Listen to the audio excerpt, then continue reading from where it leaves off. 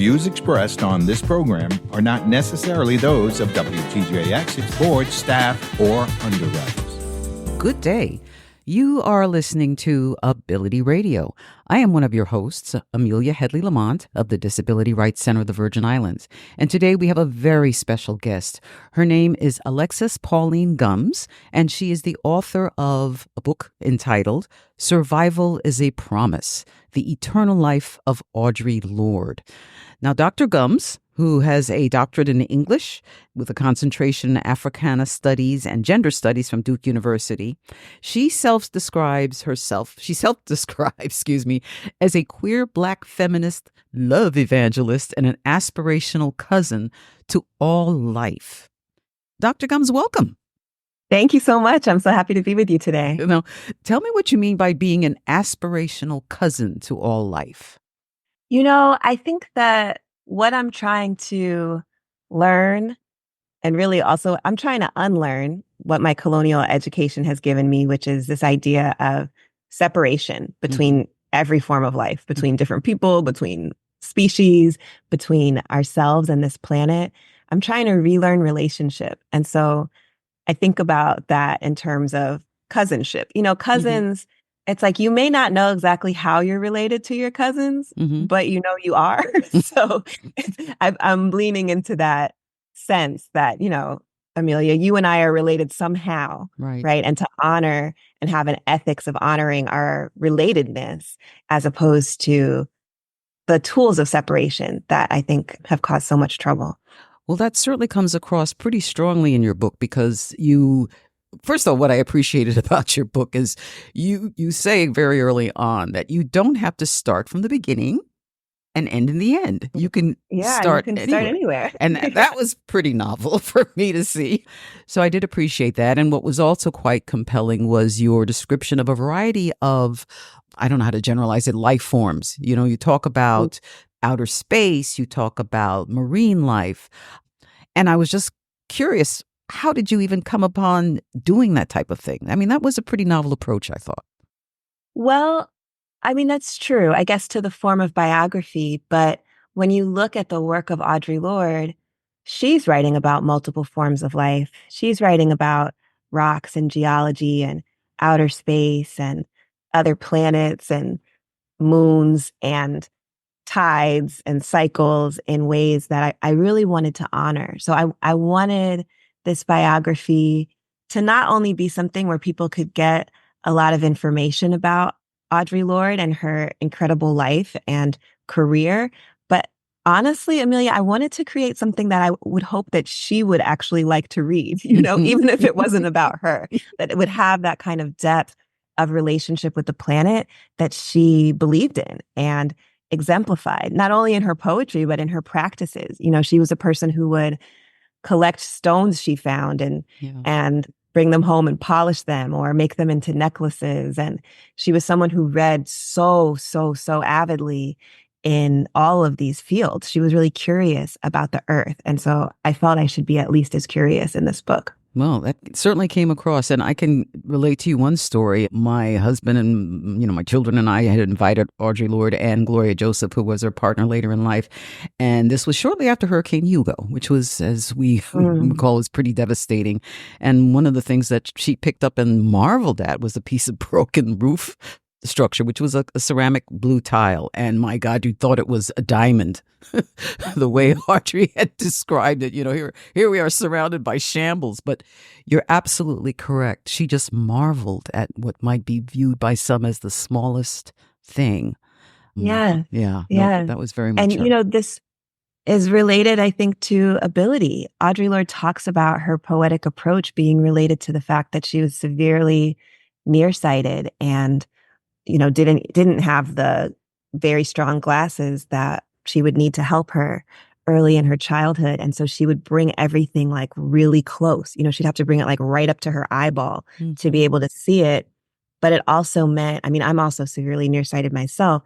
It also means that there's a refraction of light, that's happening when you're looking closely. So I think about, even in that piece of roof, that like, the tar and the sandpaper and the like glints that you would see if you looked at it super closely. Right. that was her perspective. And she found so much beauty in the world in that way. But she also created a technology for us to look at ourselves more deeply by looking that closely at everything. Yeah, I can see that. For, again, just to bring as a background for folks who may not be familiar with her, she left us so soon, and she was very young. She was only 58 years old when she died.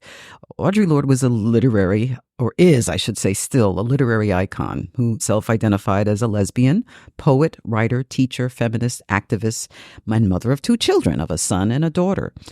And among her many publications and accomplishments, she was named the Poet Laureate for the state of New York. Now, in your book, you mentioned, or you reported that her time in St. Croix was described by some as her first afterlife. What do you think people meant by that? Well, Audre Lorde lived in New York City her whole life until she moved to St. Croix. And she was such a part of New York, right? She taught in multiple parts of the City University of New York, and she was so much a part of the literary movements there. And obviously, the fact that she became Poet Laureate of the state of New York honors that. But when she moved to St. Croix, as I was interviewing people for this biography, there were so many people who grieved that. They missed her so much, and they missed the fact of, showing up at poetry readings and being able to expect that she would be there and they would hear her voice and she would be at the meetings. And, she was so involved as she became very involved in the community in St. Croix, as you would remember. Yes. So I think it was really that they felt like they didn't have access to her. They didn't have access to the way that we're having this conversation on Zoom and the video calls and the affordable phone connections that we have now after the AT&T monopoly has ended. They didn't really have access to her in the ways that they would have wanted. So in a certain way, they mourned her moving away from New York. Some people said almost as strongly as they mourned her actual death. Right. You mentioned that she was legally blind.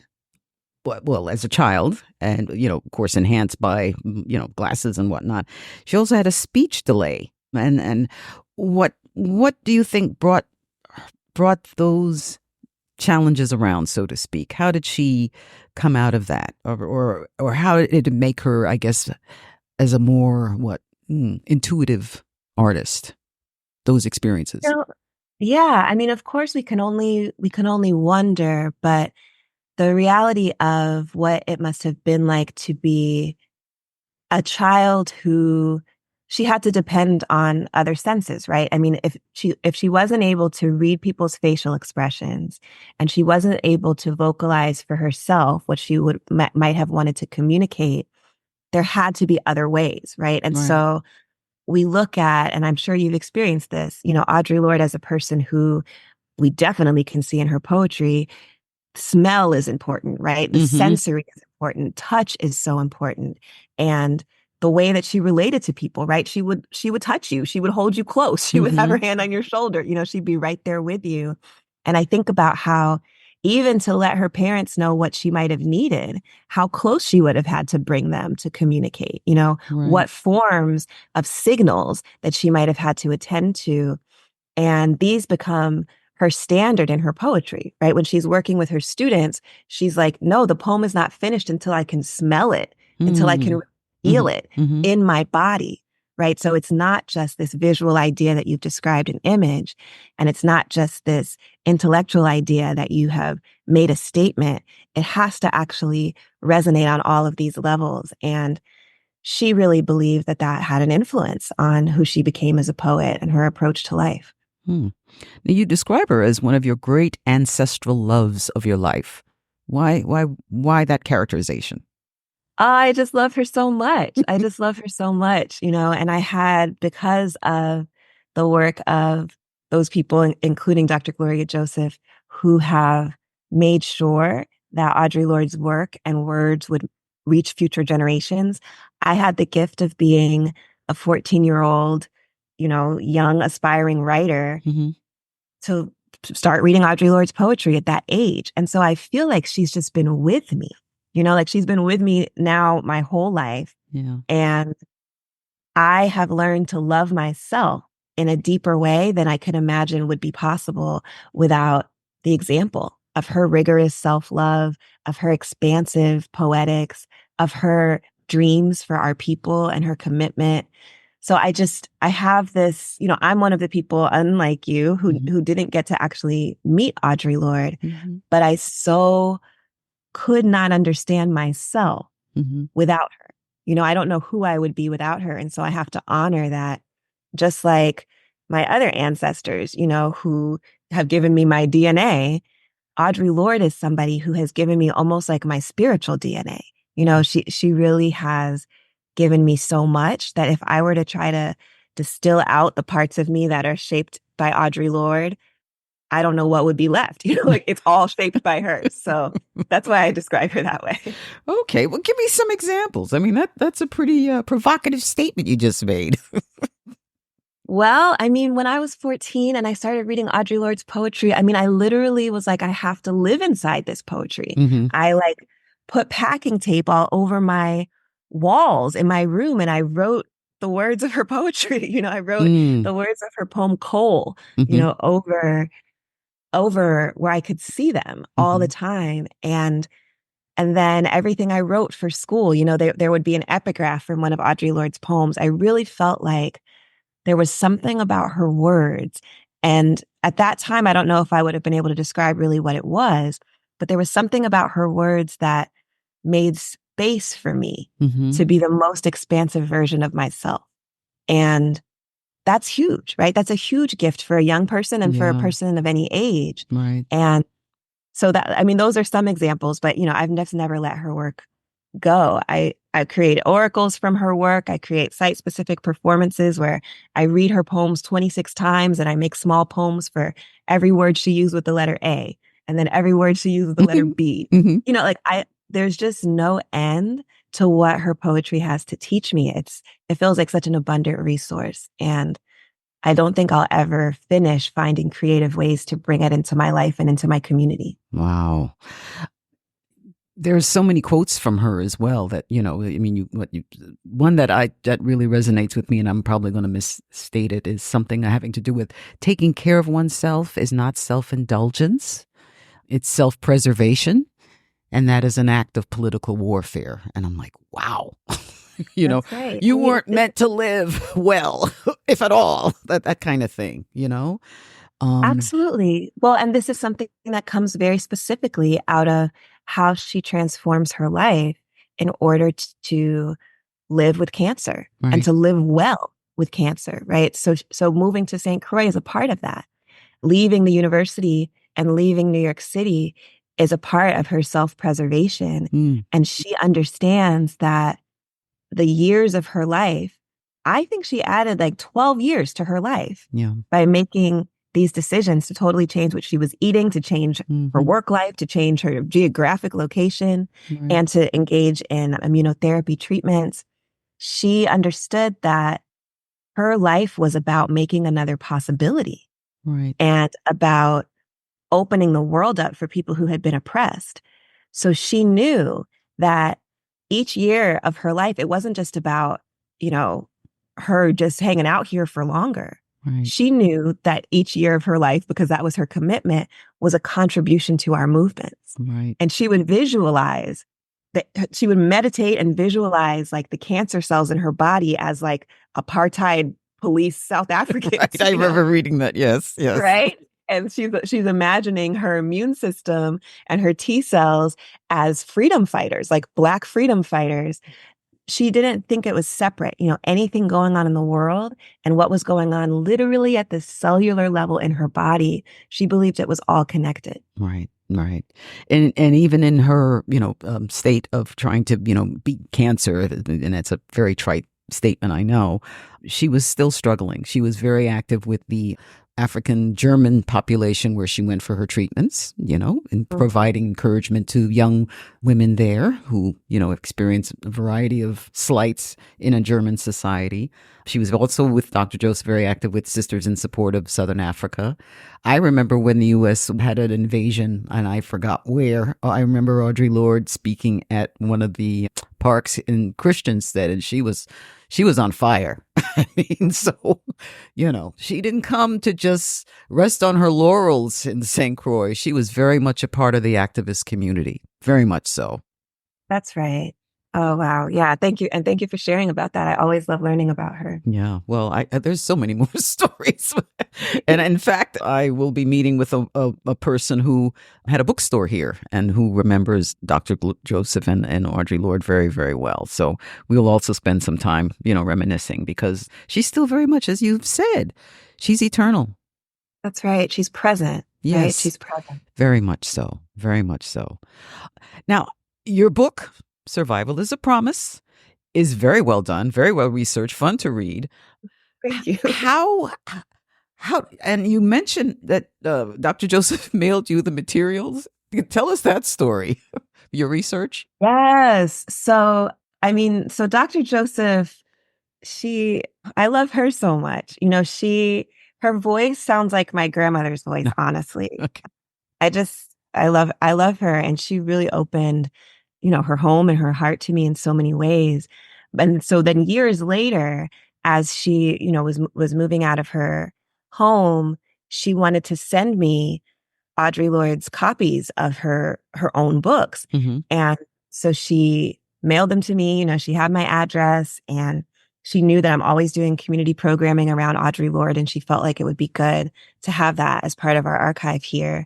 And somehow it didn't take, like, the box got sent back to her. So then I don't think she even opened the box. She just put it in another box and then mailed it again. And, finally I was able to receive them, but it was a really sacred moment for me. I felt not only the energy transfer of, Gloria Joseph, who had promised Audre Lorde at the end of her life that she would make sure that her lessons lived on and that her words would live on. I felt that in a certain way, she was including me in that responsibility, in passing on those books to me. And she wrote, for Alexis in Audre's name, she wrote that inside of each of the books. Mm-hmm. But I also just felt honor, which is similar to what I feel when I go into the archive, of really holding her books that she created, but also that she wrote in and that she held and that survived Hugo and had water damage, and all of this materiality that to me spoke to her physical presence with us in this moment as, yes, a literary icon, but also someone who I feel, and this is why I approach the book this way, I feel we can find her everywhere we look. I'm like, from where I'm sitting right now, I can see these trees, the fall trees in my yard. Mm-hmm. She's there, right? She's there in that transformation because she was a poet and a theorist of transformation, right? She really is everywhere. Now, you self-identify as a love evangelist. Tell us a little bit about that. I mean, I was just very tickled when I saw that in the inside description of your book. Yeah. What does that involve? It's not of the Billy Graham variety, or is it? Yeah, it's you might be able to relate to this because I actually started identifying this way when I was at a training in order to have a public access TV show in my community here in Durham. And then I noticed that basically everyone else who was trying to have a public access TV show was an evangelist, like a religious evangelist. And okay. different religions, but Right. they were people who were like, every single opportunity we have to share the good news of whatever their religion was, we are here. And I was like, oh, and I'm also here, but I'm sharing the good news of Black feminism. That's the good news I'm sharing. And that is what I believe in. It really is my faith that Black feminism, and certainly in the way that Audre Lorde practiced it, is a way for us to be in right relationship with each other and with this planet. I really do believe in it. And I really do feel excited and enthusiastic and evangelistic about letting everyone know. Like, I am a person who absolutely wants everyone on this planet to know the name Audre Lorde and to be able to be inspired by her example, like you are, like I am. And I'm like, I'm not Bible thumping, but I sure did write a long book about her. So, yeah. Now, your family is from the Caribbean, correct? That's right. On my father's side from Anguilla, Mm-hmm. which is actually where Dr. Joseph and Audre Lorde were when Audre Lorde decided that she did want to move to St. Croix Ah, and that okay. she did want to live the rest of her life in the Caribbean. They were there on a visit. And on my mother's side from Jamaica. And so, that's also another source of connection, Audre Mm-hmm. Lorde as a Caribbean poet, but also Audre Lorde as, like me, a daughter of in an immigrant family, Mm-hmm. and of parents who are from the Caribbean. So yeah, I, I'm really committed because I do think that sometimes people have thought about Audre Lorde because she did live in the United States most of her life, and she was such a New York person for sure.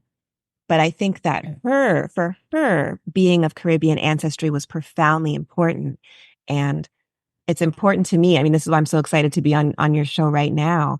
For people in the Caribbean, for readers in the Caribbean, for teachers and students in the Caribbean to know the name Audre Lorde and be proud of Audre Lorde as a Caribbean poet. And yeah, I really am excited about being a part of that. And that's a part of my commitment. I salute you for that. I was so pleased that when we had asked for you to appear, that you didn't waste much time. Yes, Absolutely.